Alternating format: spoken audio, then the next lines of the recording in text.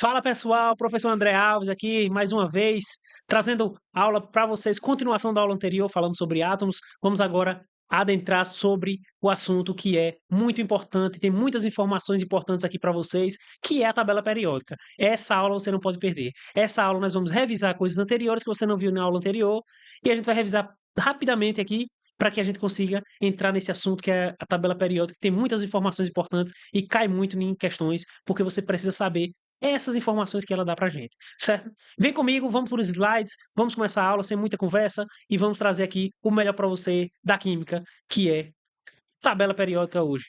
Então vamos lá iniciar hoje falando sobre tabela periódica, trazendo aqui um resuminho rápido para vocês que eu trouxe na aula passada, falando de átomos. Nós temos aqui, ó, uma representação aqui, que é uma representação dos elementos como eles estão na tabela periódica.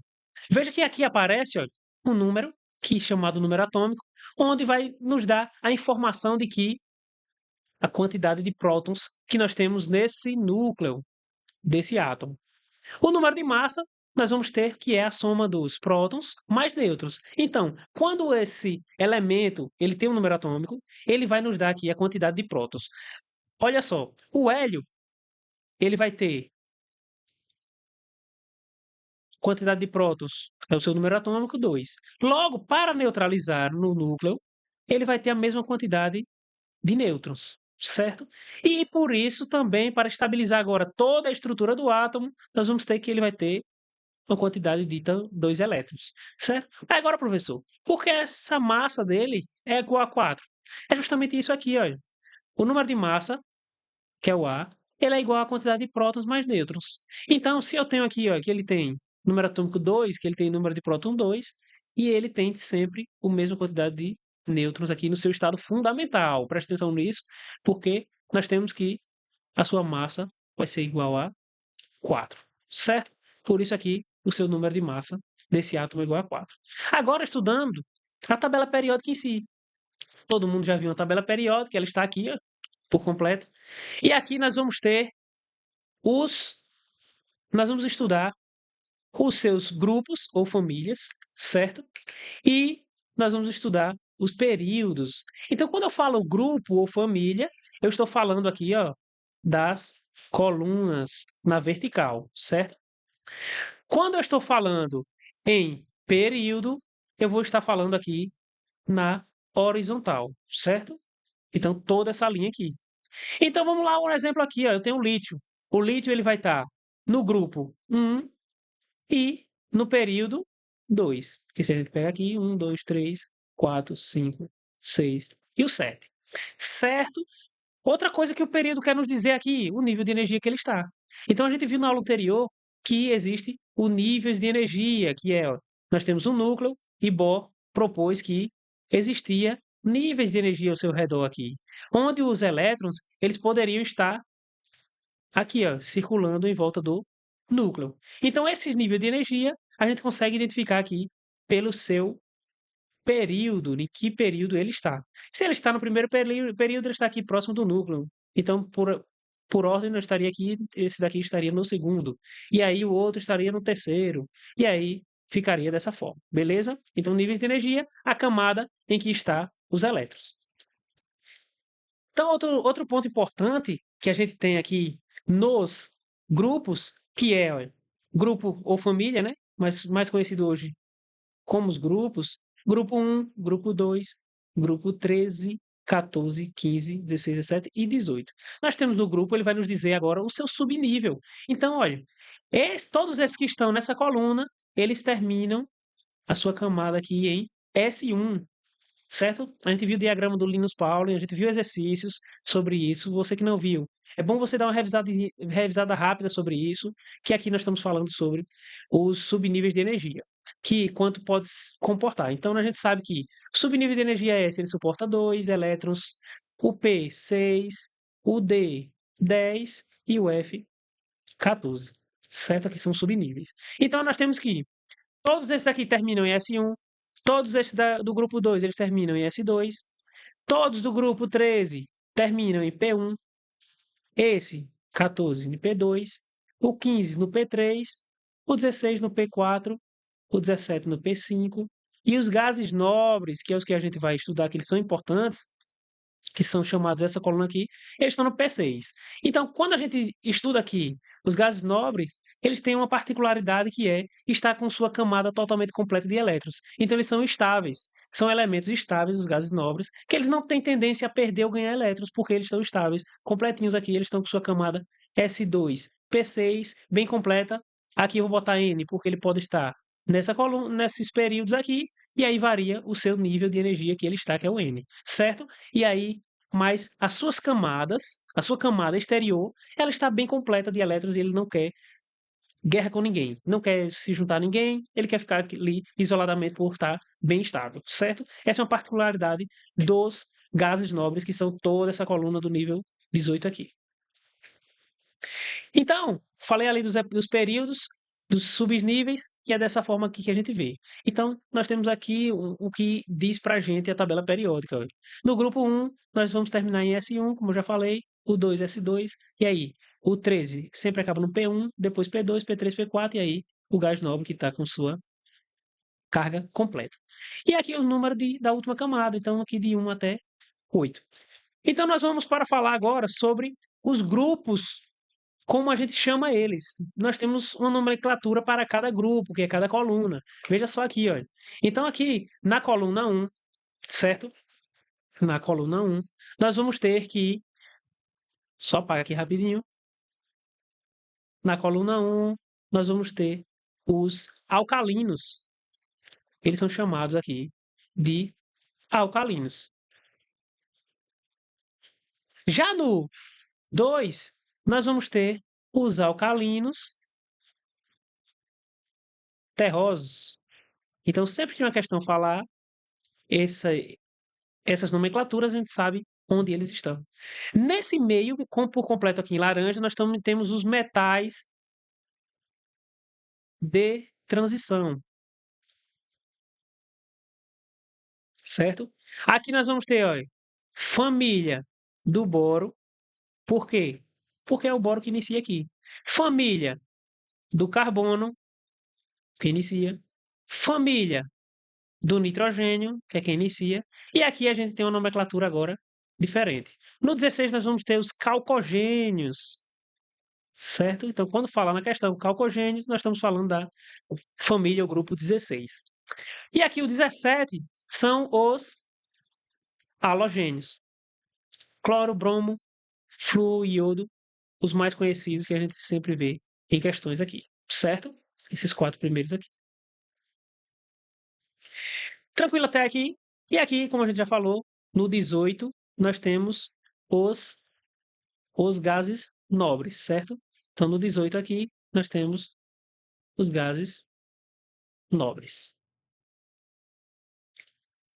Beleza? Então, nós temos aqui, olha, elementos de. São os elementos chamados elementos representativos. Os elementos representativos são todos que terminam nos subníveis S e P. Então, vai ser toda essa parte laranja aqui, ó. Toda essa parte verde, na verdade, aqui, ó. Então, os alcalinos terrosos e o das famílias, os calcogênios, halogênios e os gases nobres. Todos esses aqui, eles são chamados de elementos representativos. São os mais usados, certo? Aqui no meio nós vamos ter o de transição externa. Transição externa, como eu falei para vocês, aqui são os metais de transição aqui no centro. Transição externa são esses aqui. Todos eles vão terminar em subníveis D, certo? E nós vamos ter os lantanídeos e os actinídeos aqui, ó, que são essas duas casinhas aqui, que elas são escritas dessa forma. Elas estão aqui dentro, certo? Ela ocupa esse espaço aqui, mas eles têm vários elementos dentro deles, certo? Que são todos estrutura aqui. Esse amarelo mais claro aqui são os lantanídeos, que ele vai ocupar esse espaço aqui da tabela, e abaixo dele os actinídeos. Agora, para diferenciar dos metais de transição, todos esses aqui terminam em um subnível D. Esses aqui eles vão terminar em subnível F, certo? Então eles são chamados de elementos de transição interna, beleza? Então estamos falando aqui, terminam em subníveis F, lantanídeos e actinídeos. Classificação dos elementos. Nós vamos ter a classificação mais geral para todos os elementos ali. Então, nós vamos classificar eles como metais, como os ametais, os gases nobres que a gente já viu, e o hidrogênio, que ele vai ter as suas características, particularidades diferentes dos outros elementos, por ele ter apenas um elemento, um elétron em sua camada, certo? Então, os metais, ele tem a facilidade de criar cátions, de perder elétrons. Ele tem a característica por ter seu brilho, sua boa condutividade elétrica e térmica, eles não se fragmentam com facilidade, e geralmente possuem elevadas temperaturas de fusão e ebulição. Para antes de continuar, deixa eu só tomar uma água aqui para não começar a travar o assunto aqui na nossa conversa, né?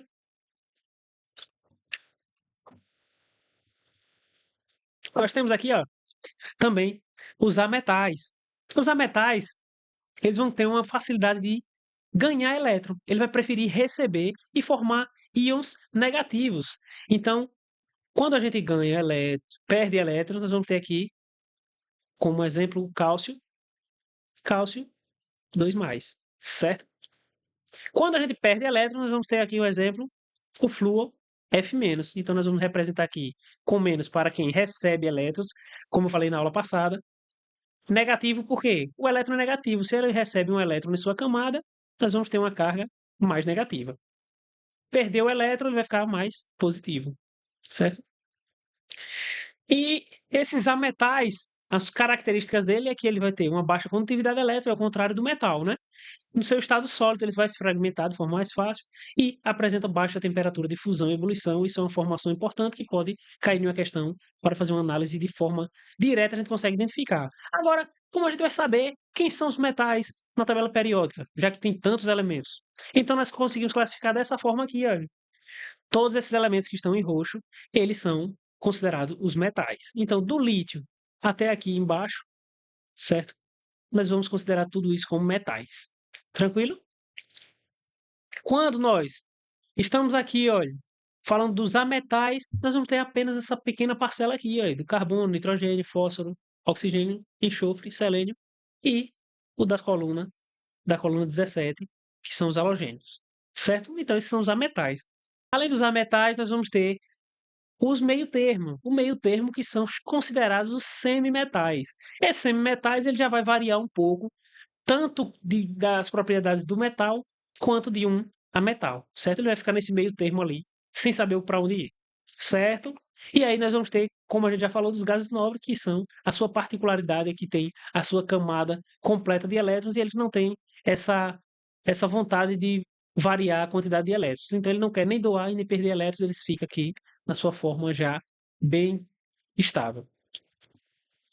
Uma coisa que a gente pode estudar através desses elementos na tabela periódica é o raio atômico. Então, nós temos uma observação que a gente consegue ter para entender facilmente, entender melhor o raio atômico na tabela periódica quando a gente olha elementos referenciando um ao outro, certo? Que é como? Quanto mais da direita para a esquerda, eu vou ter uma crescente, certo? Do raio atômico. Então, isso aqui está crescendo. O raio atômico cresce dos átomos. De cima para baixo, quem tiver de cima para baixo, se a gente analisar em uma mesma coluna, também vai crescer de cima para baixo. Certo? Então, por que isso? Veja só, olha, quando nós temos aqui um átomo, agora eu vou explicar a lógica disso aqui. Quando eu tenho uma quantidade maior de número atômico, nós vamos ter, então, se o número atômico ele quer dizer a quantidade de massa no centro, né? Porque nós temos a quantidade de prótons, mesmo a quantidade de nêutrons. Se eu tenho um número atômico maior, nós vamos ter o quê? Um núcleo maior, certo? Aqui positivo, certo? Vou colocar aqui positivo só para a gente identificar. E nós vamos ter aqui os seus níveis de energia, onde estão os elétrons, a eletrosfera. Só que, se eu tenho um núcleo maior, o que é que vai acontecer? Vai acontecer uma atração desses elétrons negativos para o centro, certo? Eles vai começar a ter uma atração maior, fazendo com que essa estrutura aqui, ela fique mais próxima do núcleo. Então ela vai ter um raio atômico bem menor, certo? Então por isso que quando a gente cresce aqui o número atômico vindo aqui para o lado de cá, para esse lado aqui, onde os números dos átomos são maiores, os raios são menores, certo? Por isso, porque o centro do núcleo é maior e ele vai atrair mais essa eletrosfera para próximo dele, deixando ele mais compacto, certo? E aí, o contrário acontece lá para frente. Então, se aqui eu tenho, olha, um número atômico menor, eu vou ter aqui, ó, um núcleo bem pequeno, e aí nós vamos ter os elétrons mais distantes, e ele vai conseguir formar uma nuvem eletrônica bem maior aqui ao seu redor, tendo esse raio de forma maior, o raio atômico maior, certo? Beleza até aqui? Vamos agora para um exemplo, ainda levando em consideração o raio, que é o raio iônico. Aqui é um padrão, certo? O que acontece? A gente vai sempre analisar em relação ao seu estado fundamental. Então, trouxe o exemplo aqui. Ó. O que é um raio iônico? Iônico, a gente viu que íons é quando um átomo ele perde ou ganha elétrons. Quando ele se forma cátion, ele fica positivo, logo, ele está fazendo o quê? Ele está perdendo elétrons, certo? O ânion negativo ele vai estar ganhando elétron. E aí a gente vai ter uma lógica simples. Veja só, se eu tenho uma estrutura aqui do sódio, ele está no seu estado fundamental desse tamanho, ele perde um elétron, certo? Cátion, perdeu um elétron, ficou positivo. Quando ele perde o elétron onde é que ele está? Ao redor do núcleo, certo? Na eletrosfera. Se ele perde um elétron aqui, o que é que vai acontecer com ele? Ele vai diminuir a sua camada, certo? Ele vai diminuir aqui a sua camada e vai ficar menor. Está aqui a sua, o seu exemplo. Por quê? Porque diminuir esse elétron, o elétron está na eletrosfera, então a gente vai diminuir esse espaço aqui. O ânion já é o contrário. Se eu tenho aqui o cloro no seu estado fundamental, ele ganha um elétron, quando ele ganha um elétron, o que é que vai fazer aqui? Vai crescer essa camada aqui, ó. Então ele vai ficar maior, certo? Então, resumindo aqui, cátion, ele vai diminuir porque perde o elétron que está na eletrosfera, que é ao redor, então ele vai diminuir de tamanho. E o ânion, ele vai fazer com que o elétron que ele ganhou, aumente a sua eletrosfera, certo? Essa é a lógica para o raio íon. Outra coisa importante é a energia de ionização. Energia de ionização é a energia necessária para retirar o elétron mais longe do núcleo. O elétron que está na sua camada mais distante. Ou seja, vamos lá com um exemplo aqui. Ó. A gente viu essa informação, e aqui são os níveis de energia. Então, nós temos aqui o núcleo no centro, o que Bohr propôs, e temos os níveis de energia ao redor, certo? Os elétrons eles vão estar aqui nessas camadas ao redor. Então, energia de ionização é a capacidade que a gente tem, a energia que a gente precisa para retirar um elétron onde ele estiver. Então, vamos dizer que ele está aqui no nível 2, no L, o elétron está aqui, ó. Energia de ionização, ela é a energia que eu preciso de retirar esse elétron aqui para que ele forme um elemento que perde esse elétron, certo? Um elemento positivo. Essa energia de ionização, ela é analisada diretamente lá na tabela periódica dessa forma aqui, ó. Quanto mais da esquerda para a direita é o contrário do raio. Ó, ele vai crescer da esquerda para a direita, certo? Então, nós vamos precisar de uma maior energia quanto mais para a direita e quanto mais para cima, sendo que isso aqui, certo? Quanto mais para cima. Agora, a lógica disso é o quê? O seu raio. Veja só, se eu chego aqui, ó, e eu pego um elemento que está aqui, o raio dele é o quê? O raio dele é menor, certo? Quando ele está próximo aqui e o raio dele não é menor, por causa do seu número atômico, que foi aquela explicação, ele vai ter um núcleo bem maior, vai ter uma atração maior desses elétrons aqui pelo núcleo, e por isso ele tem um raio menor, certo? Por ter um raio menor, ele vai estar o quê? Mais próximo do núcleo, que está tendo essa atração. Então nós precisamos de uma energia maior para retirar esse elétron, porque ele está sendo bem seguro pelo núcleo, certo? É como aqui, ó. Se eu pego aqui, ó, eu tenho um raio desse ao tamanho aqui na letra Q, ó. Aqui tem vários elétrons para esse átomo, certo? Antes de chegar nesse aqui, porque tudo isso está completo. Aí, você acha que esse núcleo vai dizer o quê? Ah, esse cara está muito longe. Se alguém puxar ele lá, eu não vou nem ver. Então isso aqui vai ser com energia bem baixa, porque ele tem um raio muito grande. Isso aqui está longe do núcleo. O núcleo não consegue pegar na mão dele e dizer, ei, fica aqui comigo. Não, ele consegue ele vai conseguir ter uma energia bem menor para tirar isso aqui. Agora, se eu pego um átomo, que ele está aqui, ó, só com essa camada, só tem uma camada aqui, que vamos dizer que é essa N1 aqui, ó, essa daqui, ó. Então o elétron está bem pertinho dele. Então ele está praticamente de mão dada aqui com o núcleo. Então se alguém for tentar tirar, vai precisar o quê? Uma força maior, porque tem alguém repuxando e segurando na mão dele, certo? Por isso que quanto maior da esquerda para a direita e de baixo para cima, nós temos uma precisamos de mais energia para tirar esse elétron, para que esse elétron seja retirado, certo? Isso também tem a ver com a eletronegatividade, que a gente vai ver agora para frente quando a gente fala em ligações químicas.